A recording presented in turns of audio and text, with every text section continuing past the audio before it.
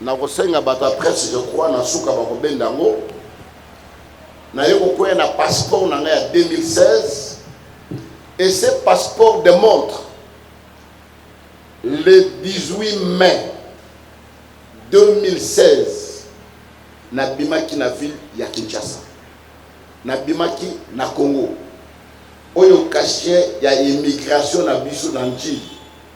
C'est-à-dire que 9 mois naza na libanda ya mboka. Alors nayebi te ndenge nini na mois de décembre, le 5 décembre Kabundu alesaki na rolia na Safari Beach nga naza na poto na me multiplier na zongi na Kinshasa na pêche moi mobile au poison pour Achela Kabundu alesa, pour dire que c'est du mensonge, c'est du montage. Voilà pourquoi la Sengi Boye, je pourrais aller en justice pour diffamation et imputation dommageable. Je ne suis pas y allé. Nazamou Nzambe n'a pardonné.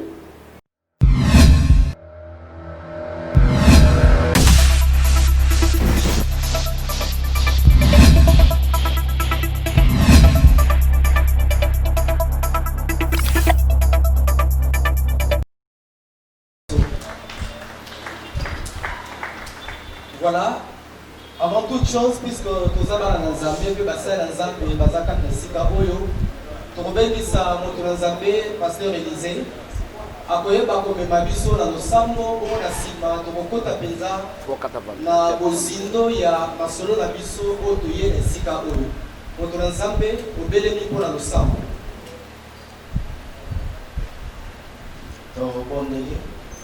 Notre Dieu, notre Père, nous te sommes infiniment reconnaissants pour ce temps que tu nous accordes. L'activité que nous allons entreprendre bientôt là, nous voulons que toi seul que tu nous conduises. Seigneur, ton serviteur qui va parler tout à l'heure, l'évangéliste Kizermina Kibina, entre tes mains. Accorde-lui sagesse, intelligence, ô Dieu, pour s'entretenir avec le peuple de Dieu. Conduis, Seigneur notre Dieu, toute l'assemblée. Garde chacun de nous, Seigneur. Que toutes les questions qui seront posées, Seigneur, que cela soit inspiré de toi. Et les forces de l'ennemi, Seigneur notre Dieu, soient loin de nous, ô Dieu. Père, que toi, celle que tu nous assistes, du début jusqu'à la fin de notre réunion, pour ta seule gloire, au nom de Jésus-Christ, nous t'avons ici. Amen. Ok, merci beaucoup, Tovani. Tolingi, avant toute chose, merci. Oyo azali mettre un temps, permettre la circonstance, il a permettre opportunité oyo, moment autre qui s'anesika oyo. Tosangani lelo awa na invitation ya Motoranzambe évangéliste international Jean-Oscar Kizami na Kibila oyo azali na message alingi a communiquer na libota ya bana na Nzambe na nzela na biso. Alors sans plus tarder, topesa ye maloba po ete ayebisa na bana na Nzambe na nzela na biso message nini oyo amemeli bango mukona lelo na oesika. Nom de Dieu, vous avez la parole. Merci pour la parole que vous m'accordez à ce moment. Je voudrais d'abord remercier toute la presse ici présente et remercier tous ceux qui ont l'occasion de nous suivre dans leurs écrans. Depuis un certain moment, je suis sujet de beaucoup d'attaques, sujet de beaucoup de cabales montées contre moi, contre ma personne. Alors à ce jour, je suis venu pratiquement éclairer la lanterne de chacun par rapport à ce qui se passe exactement dans la ville de Kinshasa. Alors comme le conseil de presse m'a demandé de m'exprimer plus à Lingala pour la quintessence de tous ceux qui vont nous suivre de partout, voilà pourquoi nous sepela kebande kunyo subazo landangai bayeba mokolo lelo tusangani pona nini. Toza na kati ya ville ya Kinshasa. Boyebi malamu depuis un certain moment Bolanda qui na ba télévision. Et puis un certain moment Bolanda pasteur Kizamina Aboya baba ça va fonctionnaire salaire et les gars na ba média na biso. Alors que quelque chose qui n'a jamais existé. Na parlement mokote na mokili oyo batuna ka question wana sauf na parlement ya Congo. Alors Yami Balé, vous avez suivi dans des chaînes de télévision parce qu'ils ont mis à tricher à l'université. Eux, les professeurs sont revenus pour emboîter papa et remettre que c'était un montage et ce n'était pas ça. Et dernièrement, il y a eu encore des problèmes de corruption et Bambongo Makambwebele que je ne voulais plus revenir là-dessus, que je ne connais ni tête ni queue. Et cette fois-ci, encore, c'est plus grave, un problème de pensée qui a empoisonné un pasteur. Au le canal télévision, il y a un pasteur Kabundu Alissa. Ndekwana a témoigné à qui on a pardon. Et pas un pasteur Kabundu Alissa, Vinaye et Baby, a la culpabilité dans mon thème naye, banda mokolo oyo ba pesaka ye poison a tchelaka Kabundu Alissa. Ils ont lundi, mais parce que le pasteur mourir à mon nez à Mokanabiso. Et comme on ne cite pas le nom des pasteurs, on ne peut pas s'enquérir de quoi il s'agissait. Mais depuis un moment, dans le téléphone, il y a le président au conseil des églises de réveil, le pasteur Godin Poyi, que je salue en passant, qui voulait me voir. C'était, je crois, le lundi 19. Ayo komonanga lobi pasteur Kizamina pasteur Kabundu Alessa bengisinga na ndako na ye ayebisanga ke poison o bazo loba ba tchela ye c'est toi mutu tchela ke poison o pesa ki mutu moko a tchela ye. J'étais stomaqué, stupéfait, abasourdi même. Qu'est-ce que je devrais faire à ce moment-là? Je vous dis une telle chose, ma colonanga est banni kolenga. Non, ce sont des aventures, ce que vous racontez. C'est des simples balivernes. Non, ils ont ma caméra solo. Ngamoko na moni mwana mobali wana na misu na ngai na bengi na tuniye est-ce que ma caméra beza ya solo. Et le garçon a dit oui, eza ya solo na koko sela été. Basa na nzamba za ibele na mboka oyo pona ta na komba pasteur Kizamina. Alors je demande au pasteur Godé ce qui te kokutana na pasteur Kabundu Alessa na mwana mobali wana. Et le jeudi qui suivait, na tongo, na komaki pa ya pasteur Godé Poy, pasteur Kabundu, a komaki wana na délégation na ye, et le jeune frère en question était là. Pasteur Kabundu alobi ndenge nini bachela ye poison, ndenge nini mongongo ezikaki, monoko ezikaka ye, na tango wana na poison bachela ki ye. Alors le frère qui est là en face a dit, c'est toi pasteur Kizamina moto chela ye opesaka ye poison. Ezaki na Safari Beach, nde Océan Poison, alors je ne connais même pas l'endroit. Quand on a tenu de quoi là, ma frère, talanga malam. Oko bosana mot parce que toza batebele, oko bosana soit oko se rappeler le soute mais talanga pasteur qui jamais malam. Lui le frère m'a regardé droit dans les yeux pour me dire pasteur qui jamais au wanga na te. Ezali nde yo motopia kanga poison wana na tchela Kabundu Alessa. Ezali na circonstance nini? Non conférence mo ezala kawana ba passer Kawata, je ne connais même pas. Alors yo o bengi ngai o bisinga petit na obongisa vie na yo. O $100 o pesinga o poussière o pesinga pona tchela ye na biloko na za obongisa pe na kindeki na tchela ki. Banda wana vi nanga ebeba na sana kimia te na kondi bazo lakina ba photo ndenga kondi ndenga koma. Alors est-ce que au bossa de moto non parce que j'aime la yo bien. Ngana za mwana yolo na botami na yolo na koli na yolo na yebi yo. Alors je leur ai posé la question de savoir ezaki na date nini na mois nini. Le passé Kabundu Alesa babimisi ba photo. Oui ba photo les so bakani photo na date ebimaka. Et na kati ba photo wana ebimi c'était le 5 décembre 2016. Et frère a confirmé que exactement c'était au mois de décembre. Alors on a me rappelé que pendant tout ce temps-là, on a Kinshasa. Dieu merci, on a un passeport, on a fouillé, on a tombé dans passeport, on a eu.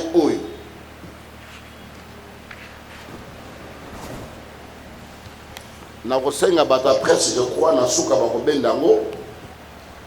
On a eu un passeport, on a eu en 2016. Et ce passeport démontre le 18 mai 2016 nabimaki na ville ya Kinshasa, nabimaki na Congo, oyo cachet ya immigration na biso na njili ya DGM, nabima le 18 mai 2016 na yo kozonga na Kinshasa le 25 février 2017, cachet Yangoyo. Nayo kozonga na Kinshasa le 25 février 2017. C'est-à-dire que 9 mois naza na libanda ya mboka. Alors na yebite ndenge nini na mois de décembre, le 5 décembre Kabundu Alesa kena rolia na Safari Beach, nga naza na poto na me multiplier na zongi na Kinshasa na pêche moi mobile au poison pour Achela Kabundu Alesa, pour dire que c'est du mensonge, c'est du montage. Voilà pourquoi la Sengi Boye, je pourrais aller en justice pour diffamation et imputation dommageable. Je ne suis pas y allé. Nazamou Nzambe n'a pardonné. Mais je suis venu pour démentir. Et na seng n'a pas ça Kabundu Alesa. Si réellement Zaki empoisonné, Allah de la moine mobile oyo. Oya memi na mauvaise piste. Olobi ba pesa yo poison au tchelangai. Mais le passé qu'ils aiment qui était à cette période, Azana Kinshasa te. Alors yebi sanga pena muto yo achela yo poison, apesa yo poison tchelanga nani. Alors si il ne poursuit pas ces garçons, ça dit que c'est du montage. Voilà pourquoi na sengi na bino bata presse, il y a pour divulguer, il y a pour démentir makambo nyonso wana ndenge yango ezali. Et je mets en garde maintenant toute personne qui s'hasarderait d'une manière ou d'une autre avec des informations diffamatoires et aussi la sous dans le moment où on est autolobité bino bokoloba abomoni basali na nzamba ndenge bazali bayoka na raté entre bango. Là je lui porterai plainte. Mais pour moi je n'ai pas de problème avec Kabundu Alesa, on n'a jamais connu de problème avec lui. Et de deux, la dernière fois que nous nous sommes vus avec Kabundu Alesa, c'était en 2015 dans la salle campagne triomphale. Ayaki na campagne nango, une semaine après, Azaka na veille na triomphale, et je suis aussi le rendre visite na kati ya campagne na Yowana, veille Yowana. Et depuis là jusqu'aujourd'hui, même na nzela na mutuka, que ya lekinga na lekito pepa nous beto monani, on ne s'est jamais vu. Et en plus, chaque chose on le fait pour un intérêt. Quel est mon intérêt? D'avoir la Kabundu Alesa poison. Ceux qui n'ont tiré le poison. N'a comme pasteur de l'église. Et de deux, si nous devons imaginer comment on peut faire un poison, kakaboye, ou yebe moutoua n'était au bengiye, au proposé, ou yebe moutoua n'était sur un de kunaye, camarade naye, va na ndenge nini, ou que vous proposez moutoua kamamouné ndenge wana. Pour dire que c'est des mensonges. Voilà pourquoi je vous invite pour démentir, message, témoignage à l'Okuta, où ils ont les cas à boucle, dans la chaîne à télévision. J'ai vu des mamans qui pleurent, qui là, kolela ya lokuta ezanga tina parce que makambo mwana mobali wana zolo beza makambo ya lokuta so eza makambo ya solo balandela mwana mobali wana alakisa bango ya solo moto nini apiaki poison parce que la période wana ngana za na chassa te les choses je ne vais pas revenir à la question ya batumususu basalaki. Moi je viens à ce qui me concerne. À ce qui me concerne, je ne condamne pas Kabundu Alessa. Parce que ce n'est pas Kabundu Alessa que je l'ai empoisonné. Il y a mais une personne qui est partie lui dire, Kabundu Alessa était la sans maison, mais une personne qui est partie lui dire, Nayo Kosenga yo pardon. Nayo Kosenga yo bolimbisi. Parce que Ngaïnde na tchelaka yo pardon. Je pense que la réaction de Kabundu Alessa c'est la réaction normale, le kola motonyoso.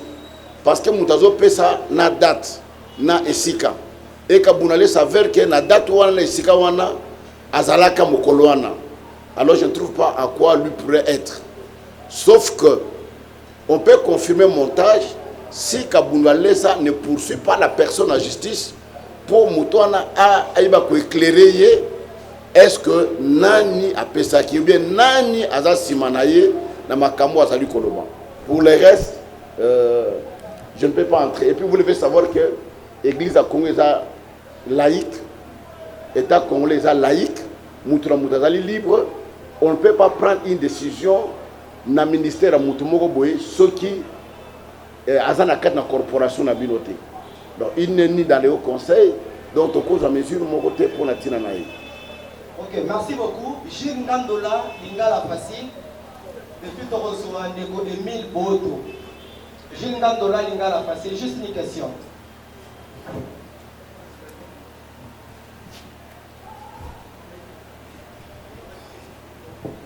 Bonjour évangéliste. Bonjour. Voilà, j'ai une petite question. Non, parce que vous avez facile. Nayoki intervention dans la milieu de la bien au Kébi. Ceux qui ont dit Marambo depuis Banda, comme l'a dit mon estimé confrère Roland, et Banda Kala. Oh, Kizamina, Aboyi, président Tshisekedi. Kizamina, Asadi Boy, à Kishak à l'université. Kizamina Boy, Kizamina Boy. Makambo Zolanda Nakaka. Ti na Oyo, Komi Oyo, il y a pasteur évangéliste Kabundu Alessa. Sikolo, bakolo baloba bapaka bakulutu balobaka mayemi na pamba te. Siko yo moko nde muvandi wana oza moto na Nzambe oyo biso toyebi na mboka oyo ça fait des années. Ozali ko se reprocher pe na nini na makambo nyonso ebandi parce qu'il n'y a pas seulement Kizamina qui est l'homme de Dieu na mboka oyo. Mais makambo tout wana dimangaka na Congo ya Kizamina fait ceci, il a fait ceci. Moi je me rappelle la dernière fois tous les gens l'aéroport Antille. Oui. La dernière fois, tous les aéroports Antille. Tous les voilà. Na mona kitu mo Québec. Siko na zotu na pena. Et ça la nini kaka Kizamina. Et puis ceux qui osent coupable de la poison, pourquoi ne pas seulement porter plainte parce qu'il s'agit de votre personnalité Nezobeba. Parce que Olimisa, oui, c'est bien bon, mais pour continuer, Olimisa va faire petit peu wapi. Merci. Merci, tu as posé des questions. Si les choses s'avéraient justes, Makambo Balobaka, ce qui est un fondement na yango, à ce moment-là, na ko me justifier. Mais Makambo Oyo est un fondement mogoté. Preuve mogoté. Balanda qui joue à défense Nangaï, na université, le professeur Edi Mwanzo, un des grands professeurs de Namboka Oyo, il est revenu. Na Makamba attaque, mais bino naba journaliste. Est-ce que mon abisso na université tout ça la PV ya koloba ke Kizamina triche. Mais ceux qui PV zate biso ba kolo université ba professeur na ye tout ça là yango sur base de quoi bino bo justifier yango. Sur des montages. Alors ba makambo ba lobby ya mbongo ya boye makambo ebele. Je sais qu'il y a des gens, il y a un groupe de gens qui sont là peut-être de manière avec la volonté manifeste, il y a nuire la réputation de l'angaï. Pourquoi quand ils aiment comme ils ça, ça bien, ça il y a des gens qui cherchent à ternir mon image. Mais toujours est-il que Nzambaza juste, nyos obalobaka, et ça toujours yalukuta et qu'il y a musikate. Je n'ai de problème avec personne et je ne me reproche de rien. Bogoyo kangate na mateya nanga qui est passé qui na zoteya azoboa ki la mutu moko boye na mateya. Jamais. Boyo kangate na mateya nanga ou bien passé qui na problème mutu non. Ce sont des gens qui veulent nuire à ma personne et à ma personnalité, mais et aussi mbaté parce que je sais à qui je crie. Na yebi nzambo na salelaka, na yebi nde na tamulaka na nzambe wana. Et question ya souka. Pourquoi n'a porté plainte? Je n'ai pas porté plainte pour une seule chose. Le pardon est une puissance qui libère. Ce qui, pour la prochaine fois, et continuer, là j'irai. Parce que vous avez la bataille, vous avez médias na bino loba. Ah bon, moi, je pasteur ango. L'obé ça il pasteur songo na fulani na tribunal. Le loco pasteur qui amène na pakala. Alors pour comprendre les passes on a senti na motema na ngate. Mutu mo ko sentir angote. Je suis père de famille. J'ai une grande responsabilité, j'ai un grand ministère, au dernier image à Moutundengwana, et ça facilité. Mais en tout cela, que Dieu le pardonne, nous avons ça juste. L'église de Réveil souffre d'une maladie, de manque de formation. Un des 4 matins, quelqu'un se réveille, se proclame pasteur, bishop, archibishop, archipape, ainsi de suite. Et toutes ces choses font que tout le monde est Seigneur l'amitié. Souci n'a pas que l'État a pour réguler vraiment fonctionnement, organisation et fonctionnement, il y a des églises de réveil dans 4 Namboka Nabiso. Parce que nous sommes en train de partir des mal en pis. Voilà pourquoi la seule chose c'est ça. Et au niveau du Haut Conseil, l'église nous sommes dans le Haut Conseil. Tu ne peux pas sanctionner quelqu'un qui ne fait pas membre de votre corporation. Ou sanctionner en se référant à quel article de votre statut dans lequel il ne se retrouve pas. D'où nous devons faire un effort de réguler l'église Nabiso. Merci. La première des choses, c'est que nous avons une occupation, une organisation. Bon, en 2015, en 2016, nous avons 9 mois na poto. Nous avons na zongi, nous avons pris na 4 na musala. Et tant on a travaillé na zongi susu, et nous avons na moi moketa on a bandé na zongi sur université, nous avons na moi tam mingi awa na 4 na mboka. Mais passer belé peut tout na raté mutra mutazana musala na ye, ceux qui ministère ezali ou bien que exercer au Kenoté on doit bengi sur bien songolo pakala. Mais tout le monde a une réunion, par exemple, il y a une corporation qui a une réunion. C'est un pasteur que je connais, et de deux, ce n'est pas Kaboundoualé qui m'a quitté de l'avoir empoisonné. Là, vous devez savoir Kaboundoualé, c'est un qui a tué poison. Motonde a kekoye bisaye, des pasteurs qui amènent la personne à poison, salanini, na tué là. Donc Kaboundoualé, ça là, il n'est pour rien. Aye obimisa pasi na ye. Maintenant quitte à lui Kabundu a laissé à Roland la Moutouana parce que ba date oyemo Kabundu a laissé reconnaître à Kena Roland na Safari Beach abimisa ba photo et ça le 5 décembre Moutouana pas ko ndimake et ça qui na mois de décembre mais mois de décembre wana nga nazana kishasate banda mois de mai février mbule lundi nazana kishasate alors quitte à Roland la Moutouana aye ba mutu penza ya solo et ça nani. Alors, rendre mon réalité, voilà, je pense que tout ce que je peux répondre. Pourquoi tu veux passer Gizamina, je ne sais pas. Je ne sais pas. Depuis un certain moment, Boyebi, à Salasoba campagne, à Silanaye, mais Bayebi, tes campagnes coûtent combien? Voilà pourquoi Batebele va la campagne. Au Koui, la campagne à stade était dans moins de $300,000. Au Sala Yangote. Sauf aux médias, la publicité, au Sali Bafiche, aux yeux où stade, d'instruments, panneaux, banderole, on laisse à intercesseur, minda, makamutu nyoswana, moins de 300,000 na Kinshasa au la campagne dans le stade. Et pendant que moi je m'engage à faire des campagnes dans le stade, Les autres étaient en train de construire. Les lobbies ne sont pas médias. Baninga batonga qui amènent à tongate, au monité, il y a la calabanga. Mais ils oublient que j'ai beaucoup dépensé, j'ai beaucoup investi dans 4 évangélisations. Maintenant, na ti ba campagne na pena banrotonga. Mais les gens me critiquent pour nini azo sala ba campagne. Non. Voilà, je pense que je n'ai pas de point avec quelqu'un. On a la salle sciences politiques, peut-être aux accords dans maternelle, dans la ici. J'ai terminé en 1997 université. C'est à peine que je suis reparti encore dans l'université.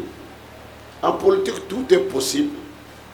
Parce qu'on a interpellé le ministre Moko Boye par rapport à ma Kambouna Yazosal. J'ai dit à interpeller beaucoup de ministres quand j'étais au Parlement. Quoique,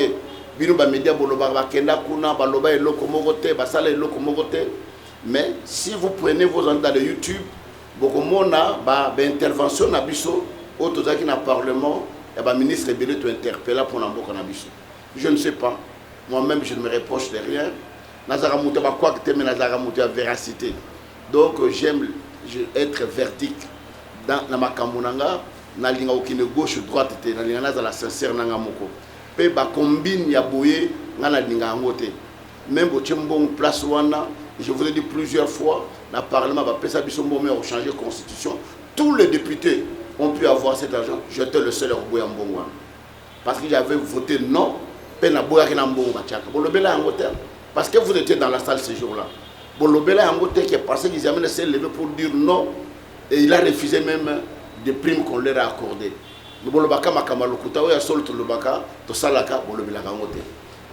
Qui a été l'objet de mon travail de licence. En 1997, mon travail était sur la politisation de l'administration et ses conséquences en République démocratique du Congo. Vous devez savoir une chose, qu'à chaque fois une institution est politisée, elle est détruite. Aujourd'hui, je ne saurais pas vous dire que l'église est politisée, parce que moi-même, mon église n'est pas politisée. Je suis ici dans cette église, je fais la politique, et vous verrez que je ne parle jamais de la politique dans mon église, même dans mes prédications. Si je dois faire la politique en dehors de l'église. C'est certain que les hommes politiques sont comme des caméléons. Au moment des élections, vous les verrez, ils vont se faire des frères en Christ. Ils viendront dans nos églises pour avoir des voix. Et il y a certains pasteurs qui sont des larbins, qui essayent de s'éclipser pour avoir quoi que ce soit et arriver à politiser l'église. Mais en réalité, l'église et ta politique ne peut pas être politisée. Les gens de l'église peuvent faire la politique, mais l'église elle-même ne fait pas la politique. Voilà ce que je peux répondre sur celle-là. Dans le niveau de la structure, Nabiso, Meka qui va gérer, ce qui n'a pas awa, c'est pour dénoncer l'insistance y a ndekouana. Pe ba ndekumususu na zomo na ba réaction na ba YouTube. Ah lokuta wana makama lokuta ezaka kijami na mokuta komi akofuta ngo soki ete bana ne peut pas kofuta ngo. Bana nanga ba kofuta loko mokote parce que leur papa est juste, la preuve est là. Preuve oyo mutu mokuta ko réfuter yango. Mais je m'imagine un peu, devinez que la période où on a dans la ville à Kinshasa. Devinez que nous avons un passeport témoigner que nous avons kate. Mais quelqu'un qui te parle en face en te regardant dans les yeux, qui te dit pasteur qu'ils amènent Rwanga na te ezali yo. Ngana yebi yo malamu, naza mwana yolo, na kola na yolo. Na yebi yo. Yo mutopia kanga poisson wana na tshela ka mundu alesa. Étant passeport et bimi que na ba date bango bazo pesa. Et ça la passé à Bundalesa, et ça l'a dit qu'on confirmer, na date wana, ça fait 9 mois dans la mbokate, dans la bande mboka, passeport yango. Vous pouvez prendre les photos pour dire que ezali un faux témoignage. Et pour un témoignage, nous avons sur la télévision à Bundalesa. À quoi on l'exangote? Parce que le frère qui a témoigné a menti. Il n'a pas dit la vérité. Richard Tsangou. Bon, après au fond. Après, je pense que solution madame Ngoyo, il y a démenti, Barnos Bayeba, que makamwana eza lokuta ba preuve nyonso et monani qui eza makama lokuta et tant toujours dénoncer boye makamwana ko sala mal susute yango nazo senga bande ko nyonso ba kena opela ba témoignage à lokuta batika personne boye bi bango bo dénoncer bango o église pitaka mabama ki ona banini bino bolanda bato na ba campagne muta ya témoigner na za aveugle bino boza ba journaliste d'investigation pour ni bolanda ka bato antene ba quartier na bango tene banda kuna bango bo sala ba enquête na bino boye ba soki muto wana azali aveugle ayebani bien les kamuni.